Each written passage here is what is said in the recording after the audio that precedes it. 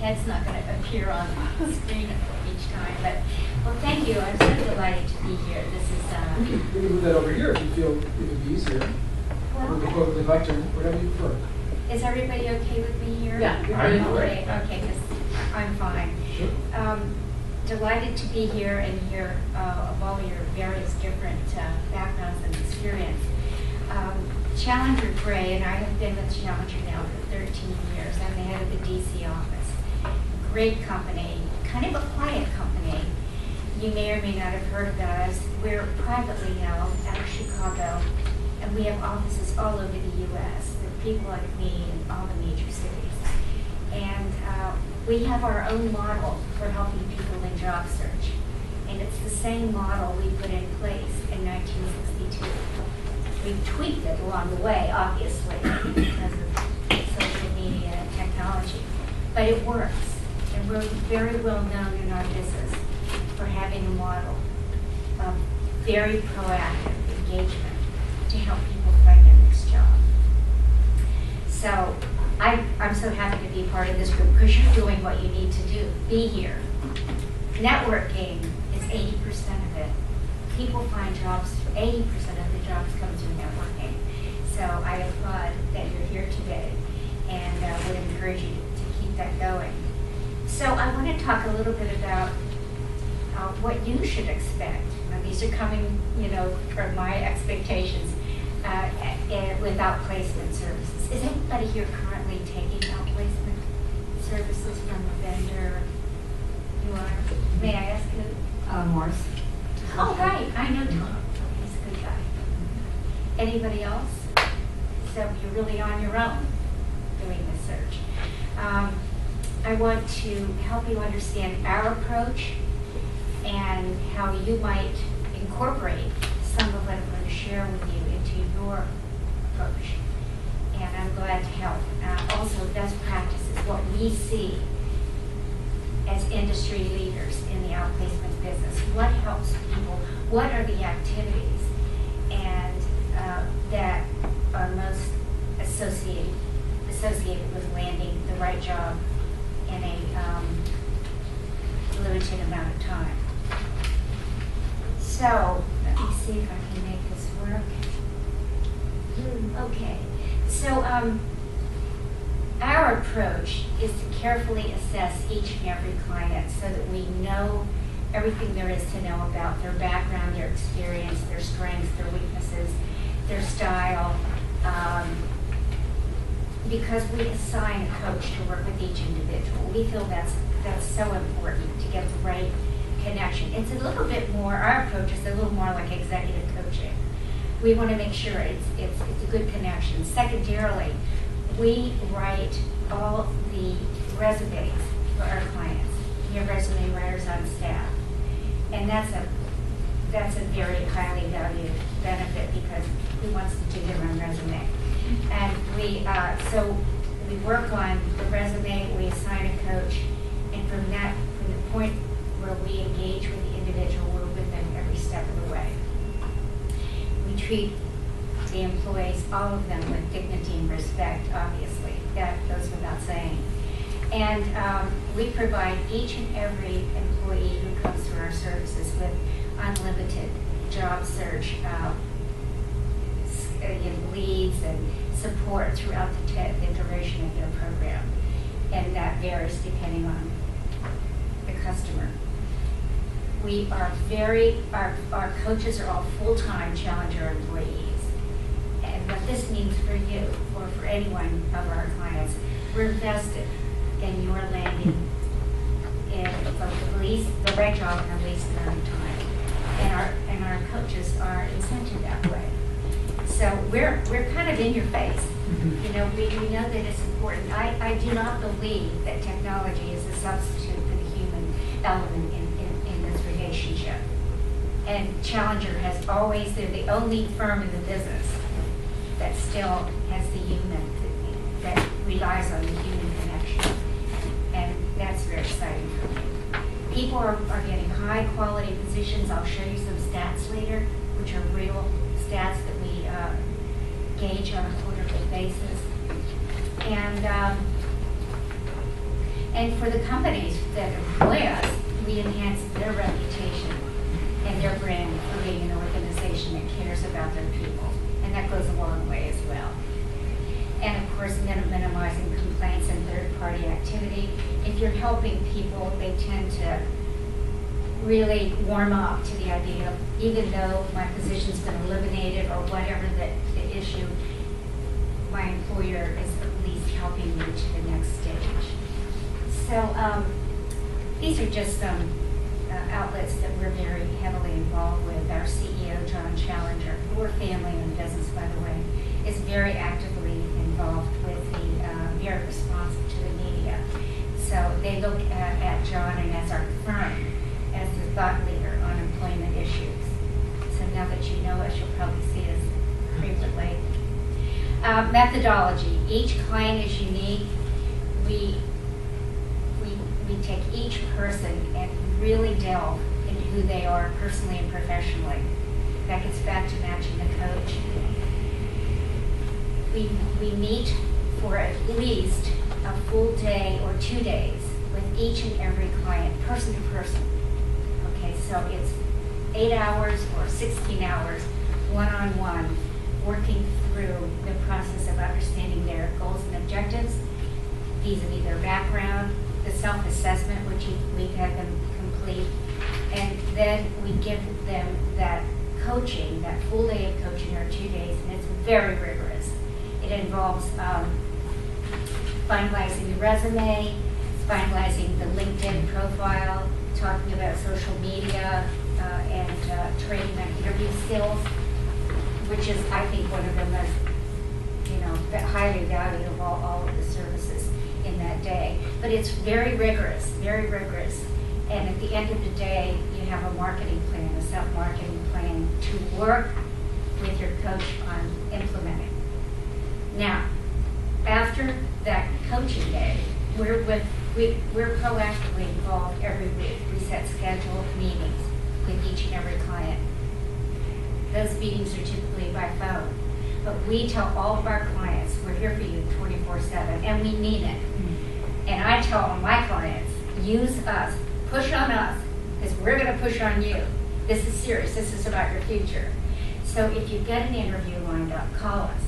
We want to prep you, debrief with us. We track their activity through every touch point.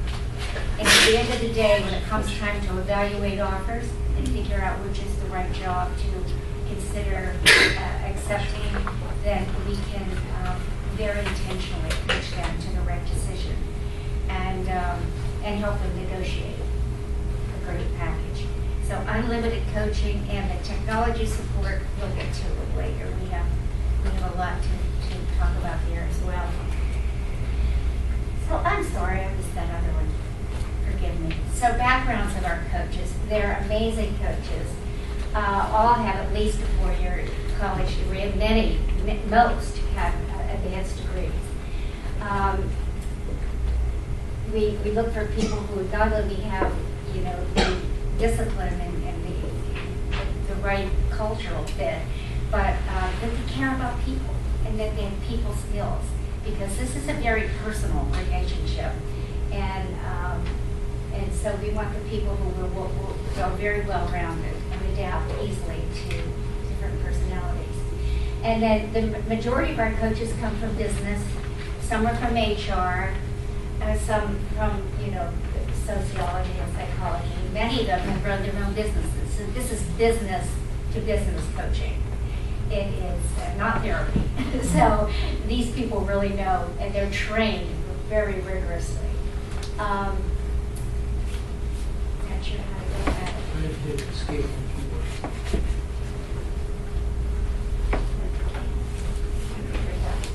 And then, as I mentioned earlier, we match the coach to the individual.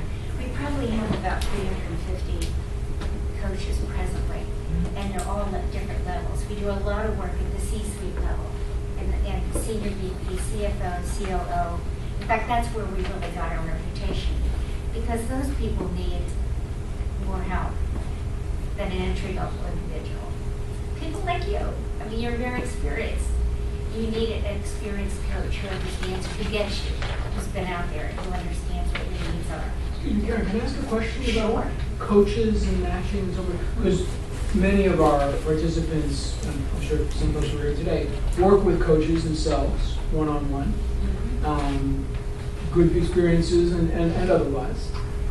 What do you find is there a frequent criteria or characteristic that makes that coaching connection successful? Is it someone in the same industry? Is it a personality match? Does geography, I wouldn't imagine geography is relevant as much because of technology and so ways to connect. But do you find, as folks are looking at potential coaches they may engage with one for themselves, is there any thought you have about what makes that relationship effective? I think I often hear, and I deal with this with my clients, they like to engage with a coach who has some knowledge of their functional area of expertise. Industry can be helpful, but if you're a finance officer or a pharmaceutical or a chemist or a meeting planner, having someone who may have had that experience and know what it takes to market your skills. So that's, again, part of the magic. So look for that, perhaps, or at least some connection there. Right. Now, in industries, I work with a lot of nonprofits.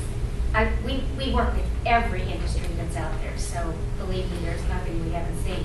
But in this market, obviously, there's lots of nonprofits. So my nonprofit clients are always asking me, do you have someone who really gets, on a government affairs officer or whatever. And we very much try to make that happen, to get as close as we can to that. Yes, so matching with based on background. Yeah, yeah. Thank you. Okay. So, and this is when we work with our customers, we partner with the employer to plan for when there is going to be a reduction in force. There's a lot of planning that goes into that. And we do partner with our customers to make sure that we have the plan in place, have the training for the individuals who are providing the notifications, and the whole process. And our best practice for us is to be there to meet our clients the day they're notified. So in other words, you work with people that, I think most of the people in this room are already now between opportunities. So you're saying someone that knows that they're going to be downsized, you work with them at that time, or you work with companies that know that they're downsizing? The companies, right. So you work with the companies to help them facilitate their downsizing? Right, and then they engage us to work with the individuals who are impacted. I see. So, and I'm usually the first person to meet with the individuals who are impacted.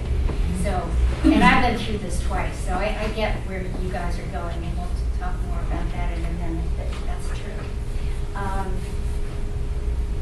So this may not be relevant to, this is just the way we do business when we're meeting with people. And I've talked to you about the proactive outreach that's really unique in this business. Most companies let people, they're on their own, they're using the technology, there's not a huge touch. So we help them complete their paperwork, all of that, and get them moving forward as we look into the future. And we often meet with the sponsor partner to make sure that they're on board.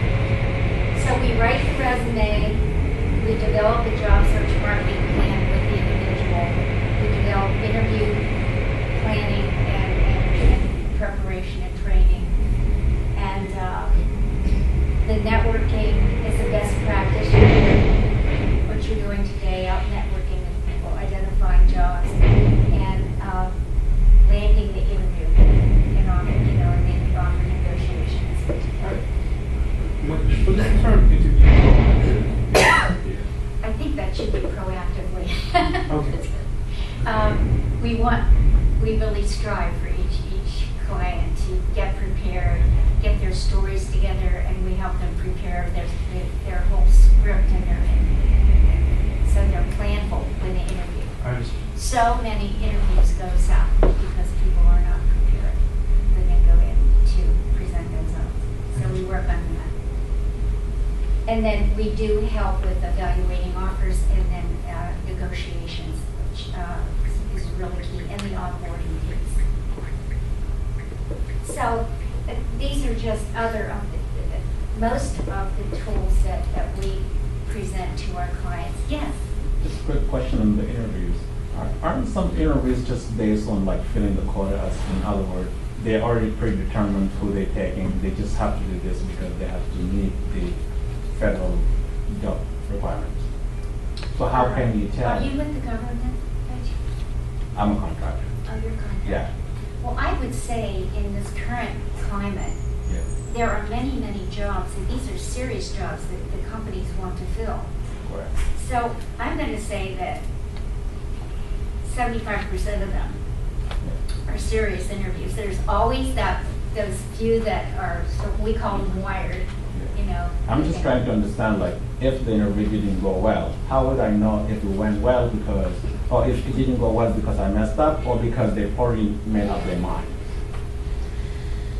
Well, that's a good question. If you're able, and we often ask our clients to go back and ask for some feedback, Okay. so that you can improve for the next time or understand what may not have resonated. But I think you can do that for sure. Yeah. I'm going back a little ways, but when I was working in the corporate sector, there would be times when jobs would be kind of tagged as internal candidate identified. Mhm. And so it might give you kind of an idea that they have someone in mind, and that even if you continue through the process, that might be, you know, your biggest obstacle, your biggest challenge in landing the job. So there may be other ways to say it in the government sector or in other sectors, but at least in the corporate sector, when there was an internal candidate identified, they would sometimes, you know, put that in the posting. Yeah, even. that's great. I've never seen that myself, and I think that's very helpful. It helps you manage your expectations. Mhm. Yeah. I'm in the defense sector, and I had two opportunities where I was the finalist of 2 to 3 candidates, and was just basically told, you know, our decision is HR has the final say, and there are points for veterans, and you're not a veteran. You know, so there are preferences that exist within the federal government. You know, specifically, I know within my sector, Mhm. and that's one of the hurdles that I'm up against, is that disabled and veterans do come in with preferences. But they have been, at least the people that I've been dealing with have actually, you know, put that out there to let me know, sort of in advance, hey, if you're not the finalist. Right, so you know. they put those requirements on the job. No, they're not. They're not on the job. No, they're internal, but they have been communicated. When I got into the 3rd final interview, then they were communicated to me by the interviewer. Hey, in one case, I felt that they were saying you're our candidate, but the final decision, I mean, I fit like checkbox every single one of the requirements, but there are weighted points for veterans within HR, so they were just communicating that to me. And sometimes, I mean, that could be an interview question. You know, as a candidate, are there preferences that may not have been, you know, certainly ask that. You're not going to get, I don't think, any negative feedback for asking that question. I think so. I think you need to know upfront, why waste your time, you know? Well, it's not basically because you don't know where your points land, but it's not a matter, I mean, of wasting your time, but of understanding that a rejection may not have been because you weren't, you know. It rounds out the rejection was a bit softer if you realize that, hey, you know, I did fit the requirements, but maybe someone came in a point higher because of this. I'm looking at your handout, how to conduct a successful job search, and item 2 says, see at least 10 potential employers a week. And you know, when I was a hiring manager, like if somebody called me up and said, hey, I just want to talk for 20 minutes, you know, like I would say, no way, how did you get my phone number? You know, how does this work? This is just an amazing concept to me, that how do people persuade, you know, hiring managers to just like do an information interview? Good question. So this is the way to approach it. You're not necessarily cold. When you begin networking for a job, you're networking with people who know you. People you know, the people who've worked with you or know you from the community or previous jobs. So that's your first priority, is finding people who know you so they can advocate for you. And if they know you, they'll probably talk on the phone for 10 or 15 minutes to help. People do want to help. Okay, so like people you know, so you talk to 10 potential people you know who are also employers a week. I don't get it. Well, this is the human piece Yeah. that really works. You can go on LinkedIn and find people that way who you've worked with or you know through LinkedIn, or you can go to meetings, network meetings, which is a little more of a I cold. see. Okay, well, that I can see. See, here's the deal. What you're trying to do, and every job I've ever had came to me this way. I've just been lucky. But when people know, when you let them know that you're out of work, there was a restructuring or whatever, and you're exploring new opportunities, most people, if they know you, will take a few minutes. They have a cup of coffee with you or talk on the phone. That's true networking. And it really does work. I'm sure, Mr. Rubin, you've been through it. You could probably elaborate on that as well with your experience.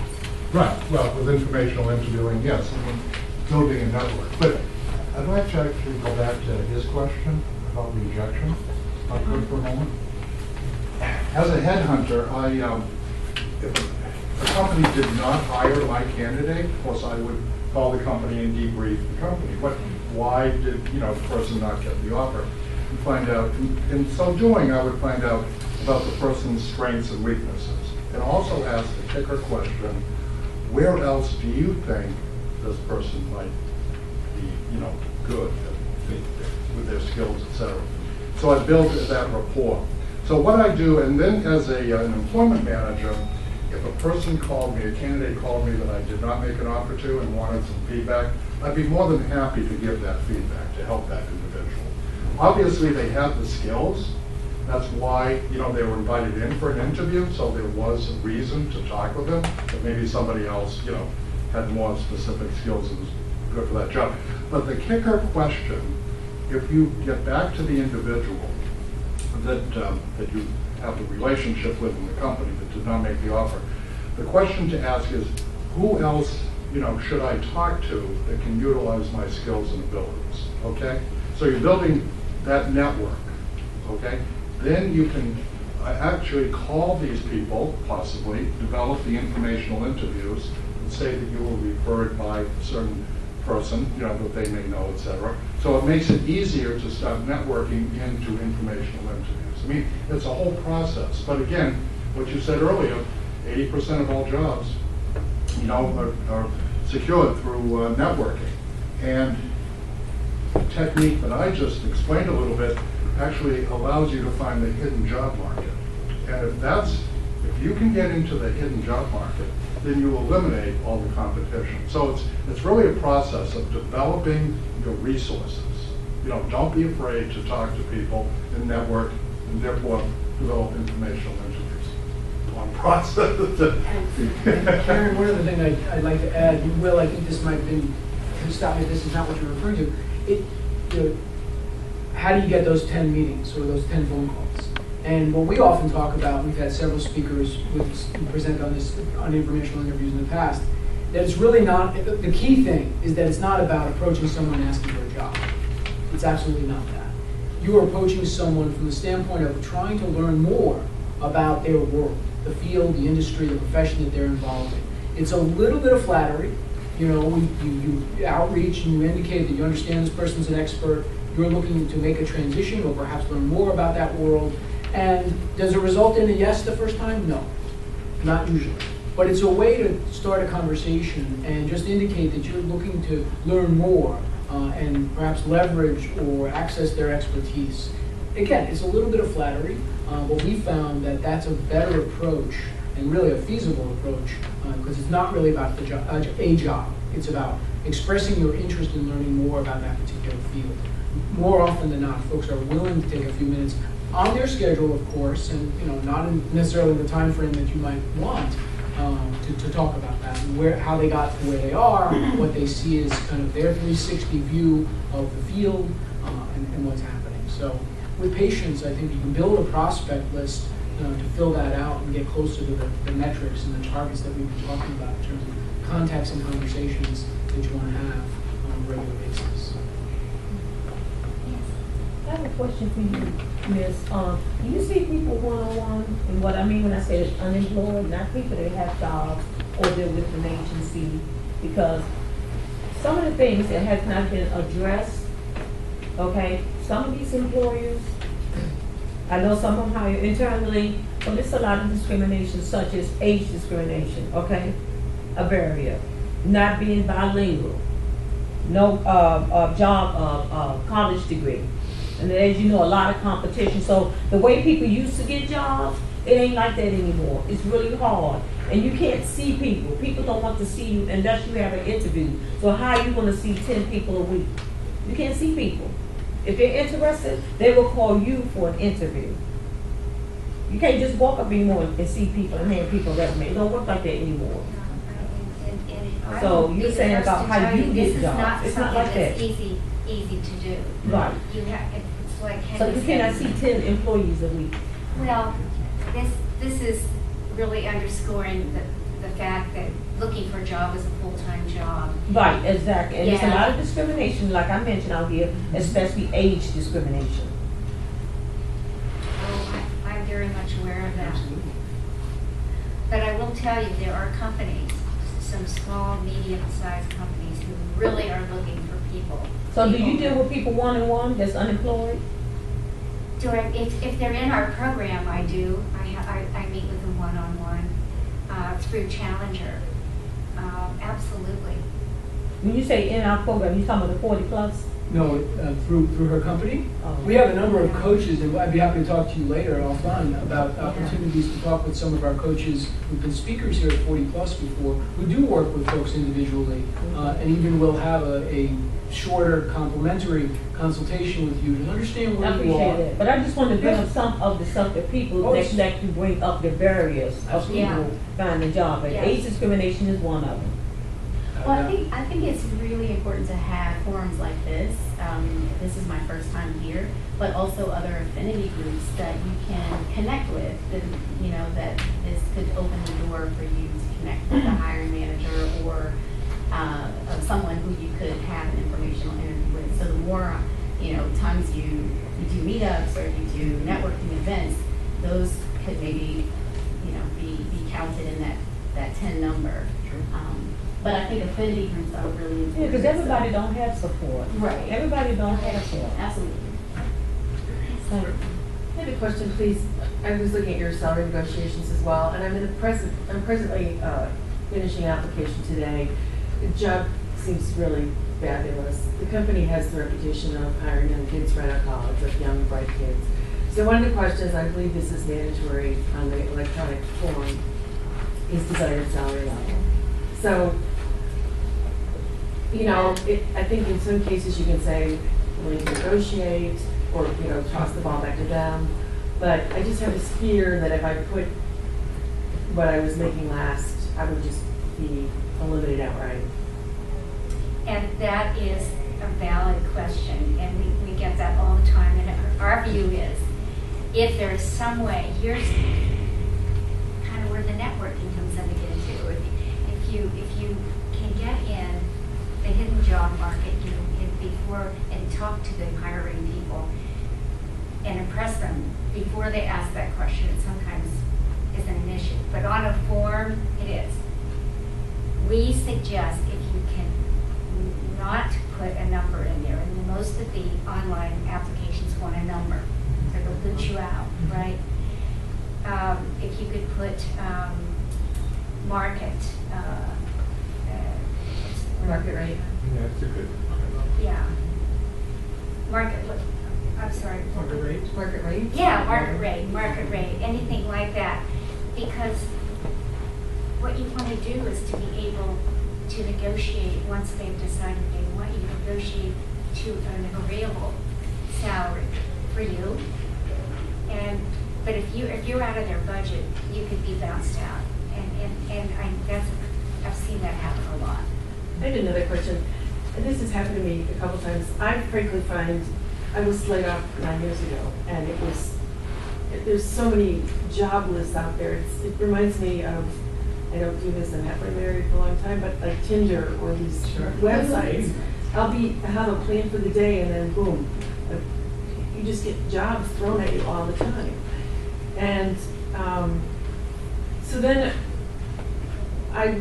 then you look at like Glassdoor or Indeed.com, and you just seems like you get a lot of people whining about the company, and it sours you.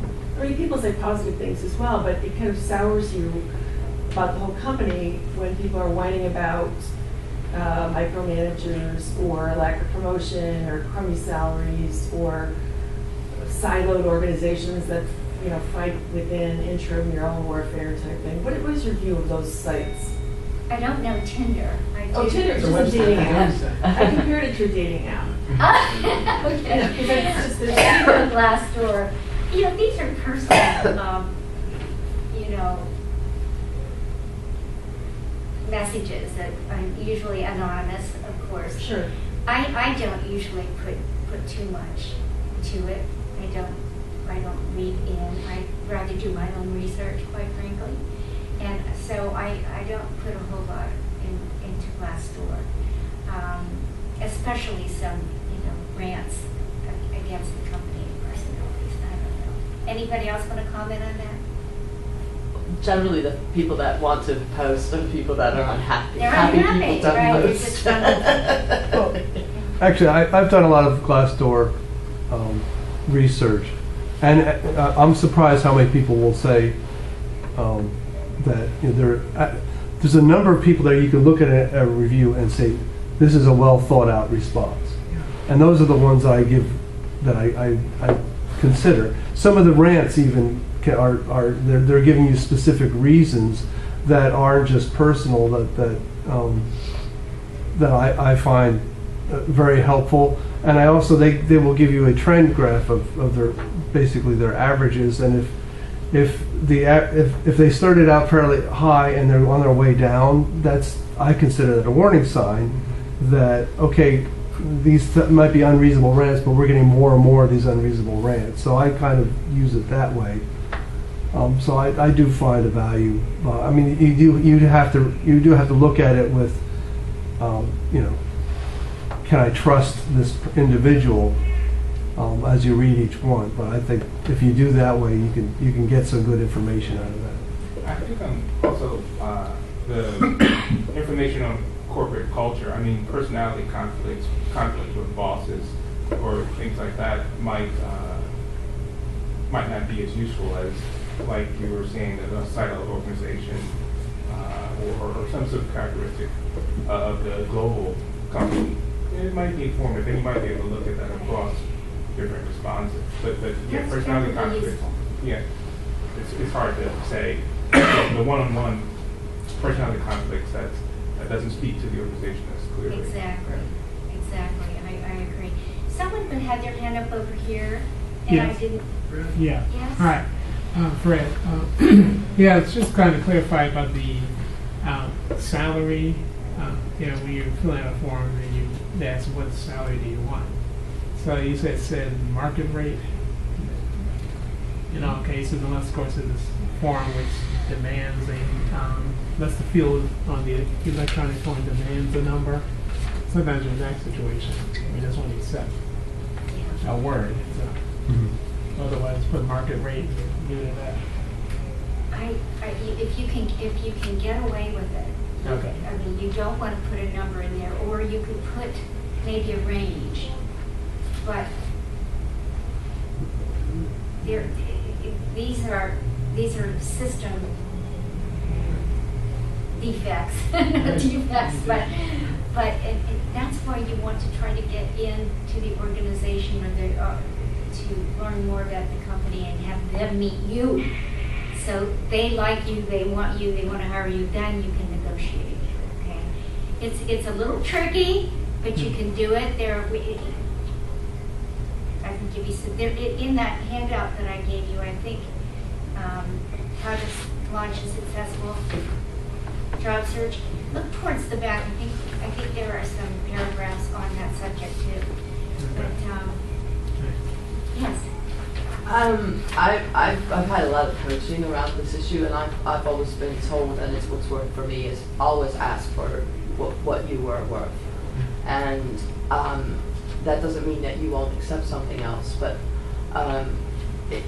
the market is changing. What I actually had a higher rate 3 years ago than I do now, and on my current work with the U.S. Embassy in Liberia, they've actually reduced our rates as contractors. They said, we cannot offer you this. And I said, okay, so what is the review process? How often am I going to be reviewed? What are the opportunities to come back up to my previous rates? And those are good questions. If you review quarterly and you know what your dedication is as an employee, and you know that you're going to have an opportunity to bring that back up. But if there's only annual reviews, you have less of a chance, and sometimes those annual reviews are delayed. So asking about the review process, can you be appraised? What are the opportunities for upward? And that has worked for me, and showed that I'm engaged and flexible. Yes, I'm willing to take X, but you see that I've had Y before. What is the review process? Will I be other opportunities for upward advancement within that specific job without leaving that job? And I think we all have to be proactive about that because I found it to be very flexible in terms of if they want you, they will do their best to if the funding is there to make that happen. And then that's what the negotiation Right, and from your interviews, just like with Catherine, right? You've had several interviews with this organization. No, it's a brand new application, but I do know somebody high up in HR within, so I've got to talk to her as well. So you need to check in and just get a ballpark, a range, understand, even if it's not exactly, are you falling within the range? And then if they give you an offer, then that is the time to negotiate. And often you can get a sign-on bonus or prepare for the various reviews, have them, so you can make your way. If you are taking a cut, and we don't want you to do that, but you have a pathway to staying whole and hopefully getting 10 to 15% more on your base, which is where you should be. You should be trying to go, I think. I know. Excuse me, Karen, just perhaps back to the point that we were talking about earlier about the distraction of national job boards and other resources. Are there any that you recommend or would think that are modestly worth our time and effort? We know about Indeed. Generally, They're actually in this local market. Yes, okay. There is another. This is being very glad a recruiter who I know pretty well, and for 20 years he's been doing this just as a volunteer. And his name is Gary Clough, C-L-U-F-F. And so the website is Clough. Do you know Gary? I know Gary. Yeah, Clough and Associates. Do you find it valuable? I haven't recently looked at it. Really? Yeah, I don't know but how yeah. he does it, but he brings the jobs in region. And they're all up on his website, so cloughassociates.com. I highly recommend that. I really do. Obviously, LinkedIn. You all know about LinkedIn, of course. And Glassdoor, But also, there are some meetups that take place every weekend here in the region. It's called, look it up. It's a career group that meet every Saturday. Career confidence. Yeah, career confidence. Yeah, we don't. Career confidence. Career confidence, yeah. Career confidence. Confidence. Yeah. I have not gone to their meetings. Ron's been to several? Yep, they meet a couple weeks a couple Saturdays a month they meet in McLean, a couple Saturdays a month they meet in Rockville. Right. And another one that I hear about all the time is the McLean Bible School. Right, And Career your group Network. does that too. Okay, Career so- Network Career Ministry. Network Ministries, Tuesday evenings, out of McLean Bible, in West Parsons, whatever they call it now. Terrific organization and resources. The way it generally works is that between 6:30 and 7:30, there are concurrent programs going on the typical topics around LinkedIn, interviewing, networking, job search strategy, and so forth. These are often tabletop conversations with volunteers that they have from their group, or there'll be smaller workshops in smaller rooms on certain topics. And then they convene as a group at about 7:30, usually with a panel or sometimes a solo speaker, experts. Many of the folks that we have speak here at 40 Plus also help out at Career Network Ministries. They are very successful in drawing an audience of 100, 150 folks each week from every aspect of professional life or work life. Folks that are perhaps starting out, folks that are perhaps near the end of their careers and looking for something different. A very dedicated organization, committed to serving the community, and there's also a Toastmasters club there. One of our friends here at 40 Plus runs that, and a great array of resources, including, if I can take just one more quick second, including our good friend Shira Harrington, who's been a frequent speaker here at 40 Plus, who also speaks frequently there, has in the middle of her new program called Boomer Works, which is an initiative that she's created to help baby boomers engage in the gig economy. And so she's about halfway through that program. I have to be helping her in some of these things. And the next course out of McLean will be on May 29th. And it's about halfway through the program. So we've talked about a little bit around identifying your passions and your skill sets, but this next course is going to be how to actually connect to the market. So if you're someone who has kind of that inkling around putting out your own shingle or doing something a little different on your own, the initiative that Shira started, BoomerWorks, is valuable. Works? BoomerWorks.org, yeah. So, sorry for that quick Yeah, no, sidebar. I know Shira, that's great, I didn't know about that project. Oh, yeah. But let me give an example of something that I've done. This might help this gentleman here, Will. I work with a lot of HR people, HR executives. They're usually the people that hire me, hire Challenger. And I have a group that brought me in of HR executives in transition. And there are like 8 of them. And they meet every other Monday morning at Panera out in Vienna. And they come to this meeting religiously with jobs they hear about. Why? They share. They share all this. They don't worry about, I want to keep this one for me because I don't want you to get. They share and help each other. And I cannot get over the way they're landing. It's just like magic. It's such a supportive group. So my point is, if like you're a meeting planner, so maybe you have a network of some meeting planners or people who are looking, have been in that space or are looking, or in your case, you're a writer and journalist. If you have some people you can connect with in your functional area of expertise, you'd be surprised what they know. They're on the ground out there. I'd love to talk. I'm trying to sort out how that works when you have the same specialty to share. I know, it does sound opportunities. odd, doesn't it? But it's not, I mean, this is for real. I cannot believe this group has been going on now for 3 years. And it was very loosely pulled together.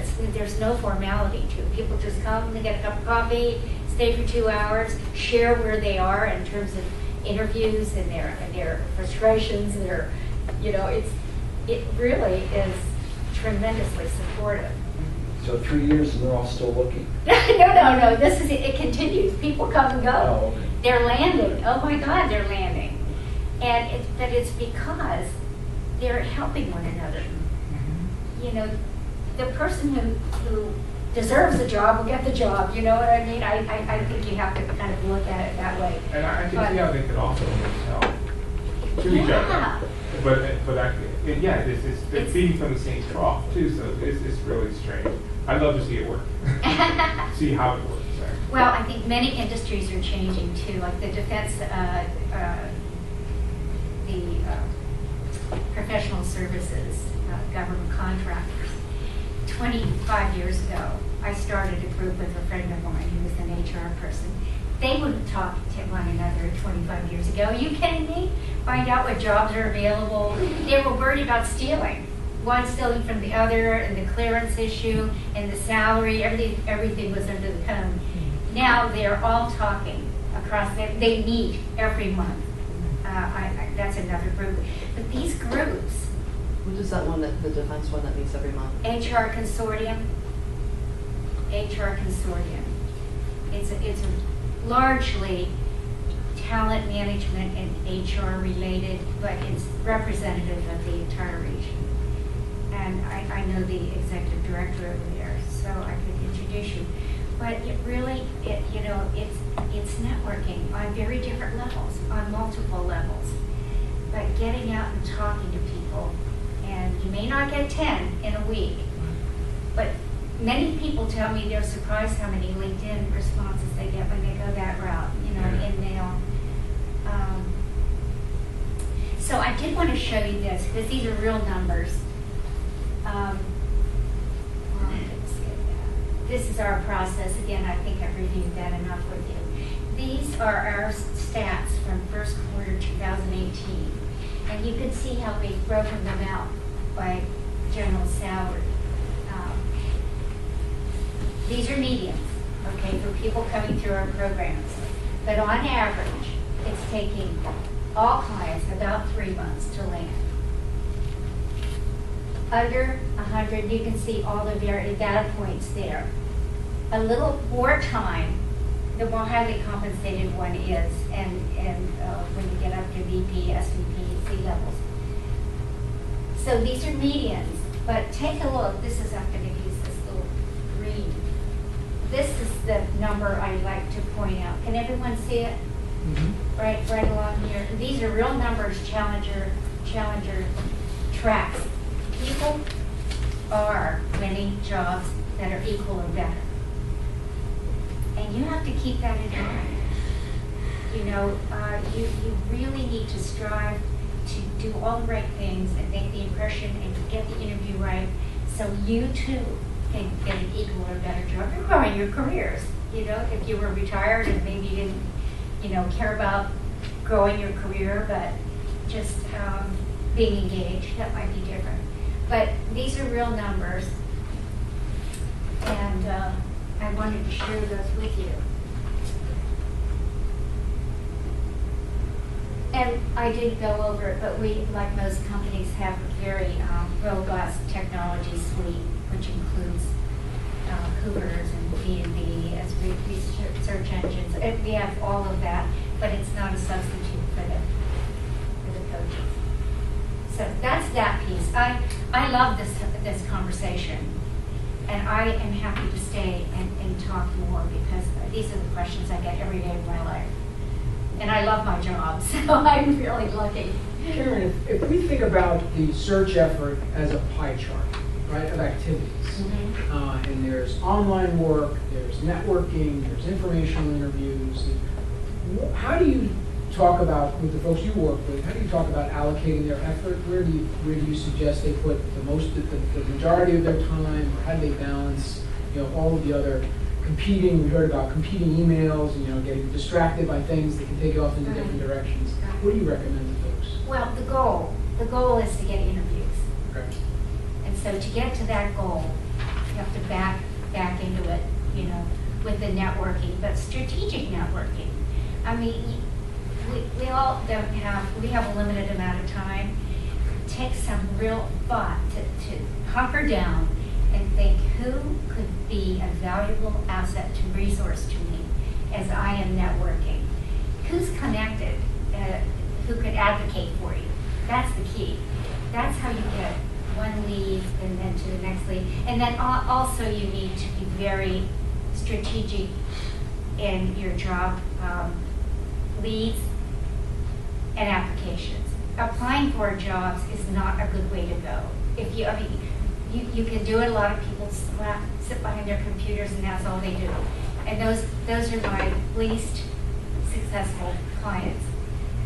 You got to be out there. If I were to submit a resume that's on ASAE, do I then contact my personal contacts and say I've submitted a resume? I'm assuming it's going to HR, that person's not in HR. How does that typically work? Do I copy them on the email I think separately? what you want to do is, before you apply, call that person who you Okay. think might know. You don't know, he or she may know someone, the hiring person. I mean, ASA is a big organization, I know. No, I know the direct connection of the Oh. company and several individuals who would be connected to So that's- receiving the support that I would give to that That's it. organization. You just identify. Yes, right. I mean, if you know someone in a company and there's a position you're interested in, ask It's that person. volunteers Right, in the but organization. The Right. company may have an employee referral program. I did as an employment manager. So I would ask employees, you know, if they knew somebody that could fill a job, to let me know, to bring a resume. Anytime an employee brought a resume to me, of course I took action on it, you know, immediately, because you don't want the employees to be discouraged. The company may offer that employee referral program if they hire you as a person, if the person's referred, a bonus, $2,000. Yeah, I'm talking about volunteers within the Right. organization. Right, It's okay, but, individual Right. members and yeah. such. But So generally, in that people will regard- pay attention if an employee refers somebody to their organization. Sure, I would So, assume yeah. that. Yeah. But the process of contacting a volunteer of that association would be before sending Yeah. the resume as well. Yeah. Yeah, and you find out a lot I've about the definitely- organization by talking with the person. So you're very much, you know, you have to be Right, I'm on that. prepared before you go in, so that person can help you tremendously. Did you say it's ASAE? It was posted through Oh. ASAE, but I know the organization. Any personal touch points are helpful. Any, even if it's someone who, But to call them first, Yeah, even to call get them, the say, you know, information. information. I see this opportunity, Because I I'm know- interested, would you happen to be able to shed any light on, yeah, that's the Okay. conversation. And people will, they will. No, it was just the process Yeah. of doing that. I know to make the contact, but in what suggested order and to get more information. So does that- And does that help? very rarely do I ever see any range in salary listed.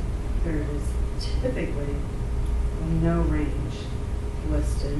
Glassdoor will give a typical range, but I don't know if it's accurate I think for the job or if it's only. the Glassdoor ranges, I think, are based on typical jobs in that location. Right, regional. I actually saw one last night. Glassdoor gave one range, and I said, well, it was something that I might have been qualified for. So I started looking through it. At the bottom of that job ad, they actually said, we're paying in this range, and it was quite a bit higher than what Glassdoor had. Oh, I have seen that, but it's rare to. Yeah, it is rare. to see I agree. the job posted with a salary range, but then again, you could still go in with an idea of whether that will formulate to a job offer and have that And then conversation. there are some resources, and you may be familiar with them, sites like PayScale, Exactly. in the private But I sector. mean, for the, yeah. for Right, in the the nonprofit specific- sector, of course, look at GuideStar. And that's, again, it's only going to go down so far because they don't have to report highly compensated, but if you, and that'll at least give you a benchmark. The top person is only making half of what you're looking for. Right, Exactly. exactly. They're going to have the resources to give the rest to you. Yes. GuideStar is particularly good. Yeah. For the When, salary. Well, yeah, it is. When a company hires Challenger to do outplacement services, is everything that Challenger, that is said between Challenger and the client confidential, or is there any feedback to the past employer? Good question. It is totally confidential to the point where, let's say you and I are working together. The only information we provide the customer, the former employer, is when you have completed your program. When you find a job? Yeah, when you become the job. And if you don't want them to know that, we don't release them. And then a couple more questions, please. So if your company didn't hire Challenger for outplacement services, do you accept individual clients that pay on their own out of pocket? Right. We typically do not do that. Now, we have made some exceptions, but you've been in this business a long, long time, and Challenger prefers not to take it. And then lastly, what's your opinion, broad question, that are generally headhunters? Sorry, I didn't. You're the Headhunters, where's the headhunter. headhunters? Well, Oh, on head- Present company yeah, reception. I could just mention this because I think it's reality. You know, headhunters they're looking out for their clients. They have jobs that they're trying to fill, so they're not necessarily looking out for you. Right. But caveat: you need to know them, and they need to know you. Right. Now, I think the cutoff is about 150, isn't it typically? Yeah. They're usually looking for people at the 150K and up. Right, in Yeah. most cases, right. So, I mean, yes, you should interview the headhunters. I mean, you want to find somebody that you're going to be comfortable working with. I worked, years ago in Silicon Valley with, technology people, so it's a whole different ballgame than it is here. However, you can also use that headhunter for resources, to find out who they know that might, because in this field, in the Washington area, everybody knows everybody, so, and their reputation, remember, a headhunter's reputation is their key to success. So if they can help you in any way, you're going to think highly of them. And you may have an opportunity at some point in a company, you're asked, who should we talk to that can help us? You might be able to refer that person. So again, it's all networking and finding out what's going on and who does what. But I hear complaints all the time from my clients saying, I've called so-and-so and so-and-so, and they never return my call.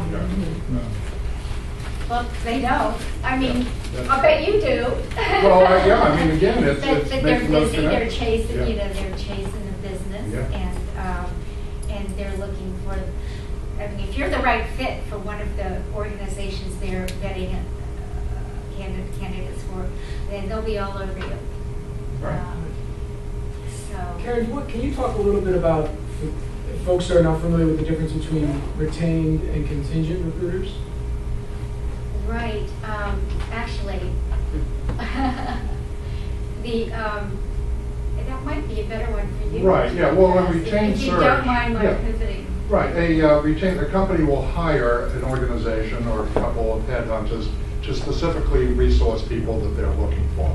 A contingency it's wide open, to anybody that has candidates that they can funnel in for review. Generally, retained search is at the higher level, because they just, and actually they may know specifically people that they're interested in talking to, or people from certain industries, et cetera. So it's much more specific on a retained search than it is on a contingency search. And one of the reasons I asked that question is because sometimes we hear from folks that they're getting calls or contacts from recruiters. Oh, I've got this great opportunity, send me a resume right away, and so on and so forth. And if those are contingent recruiters, they're just hoping you are the magic fit for something they're going after. Yeah. They may not necessarily have an arrangement or an opportunity that they're contracted for, but they want to use your tools, your credentials to help them stand out and hopefully land the position. So you want to be aware of the type of recruiter who may be contacting you, and just understand what their role in the process is. Right, and also, please be aware, and you probably are, LinkedIn is an amazing system. If you're not on LinkedIn, get on LinkedIn, but most importantly, have your profile reviewed by someone who can, you've got to have the right profile. That's where all the recruiters go. All that before the executive recruiters, Right. before they even start picking up the phone. So you will be found. They will find you to fit their needs if you have the proper profile listing. So that's really important. And just one other thing I was going to say, but real important. I had a quick question going back It's probably a damper. Everything has been so exciting. This is a boring question. You mentioned the sort of 3, 5, 6 month sort of term for a search as a median. Can you talk about the outliers there, like the finding a job right away, finding a job in a year? What does it look like outside the median in the data? Well, I can tell you, there in our business. I mean, because we're really very proactive. We're pushing them to get those meetings, get those interviews. So that's where we fall within that 3 to 5 month range. But the people who are the outliers are those, and I had a client who didn't land for a year. He sat behind his computer and applied for jobs. He didn't really like meeting with people anyway. He's a little arrogant, I shouldn't say that. But you cannot expect to get the results from your search if you are not putting 100% of yourself into it. And does that answer your question?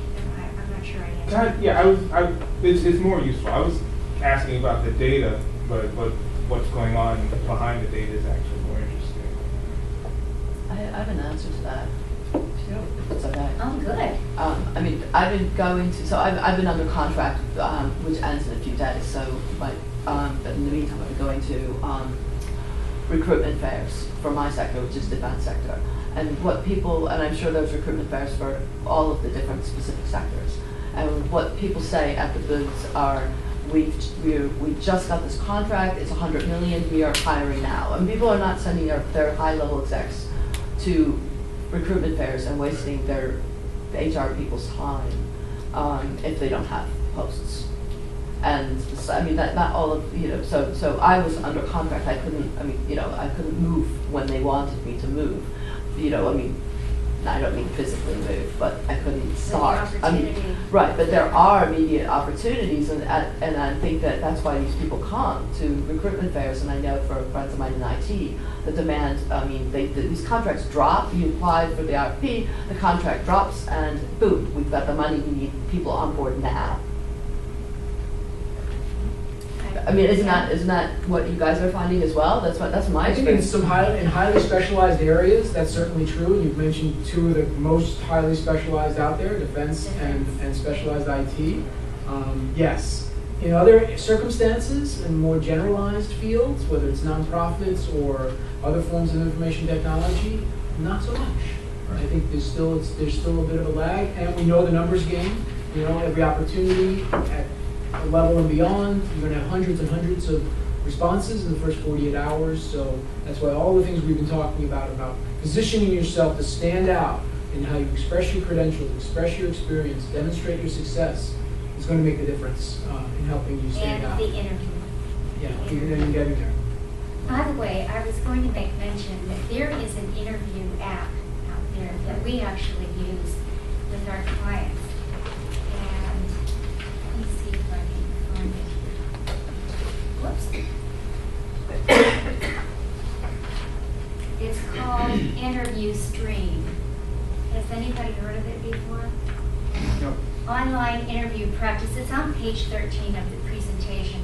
Interview Stream. Now, this is really important, and I've heard it's very useful. We prepare our clients one-on-one for their interviews.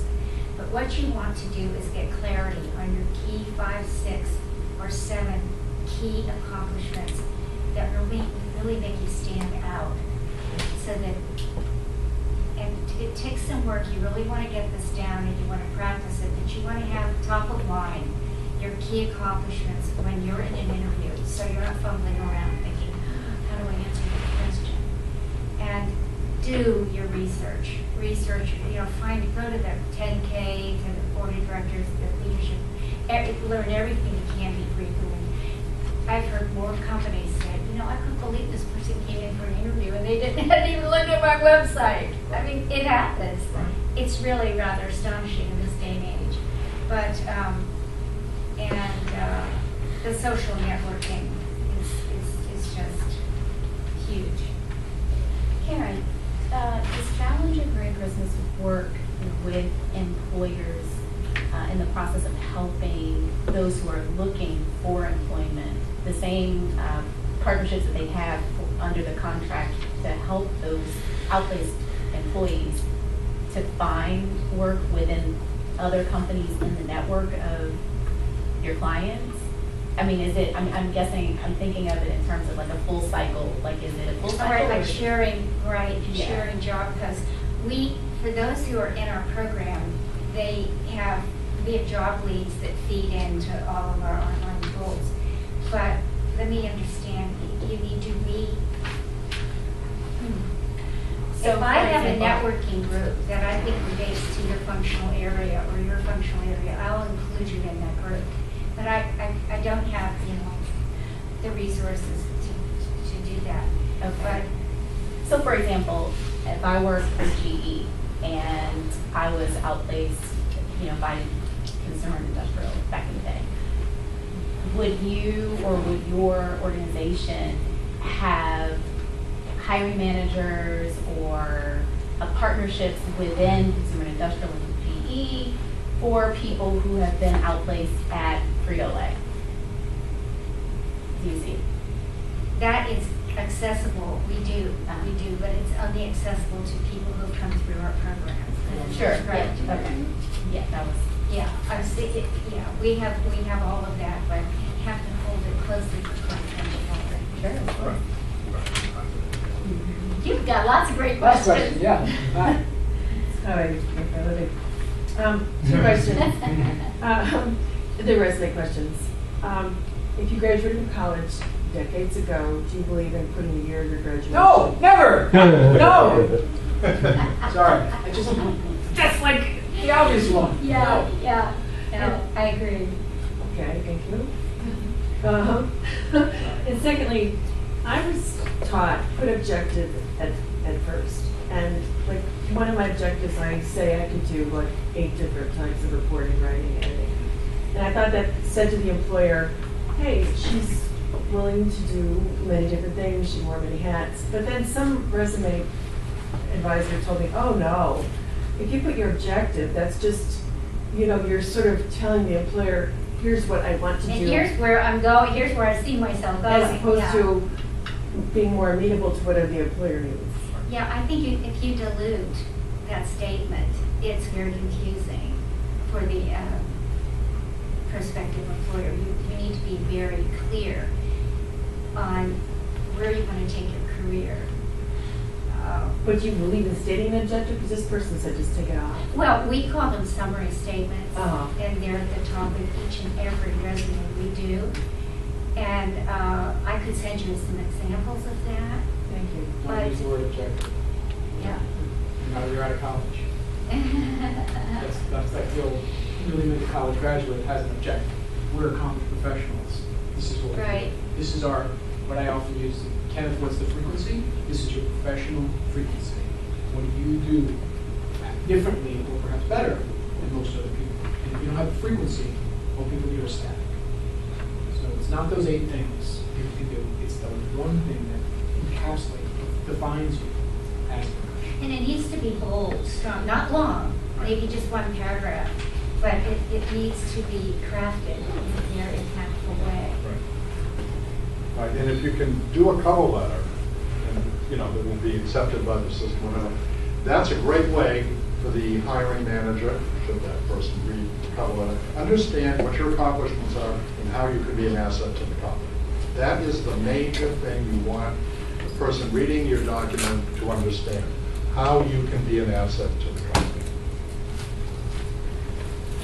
Karen, thank you so much. We appreciate it. On behalf of 40 Plus, I'd like to share a few mementos your coffee with you. cup, I There love you go. it. Thank Just a little you. reminder of our time together, so thank you. Please share your feedback. You have these little half sheets on your seats. We take it very seriously. If there are other topics you'd like us to try to address, we want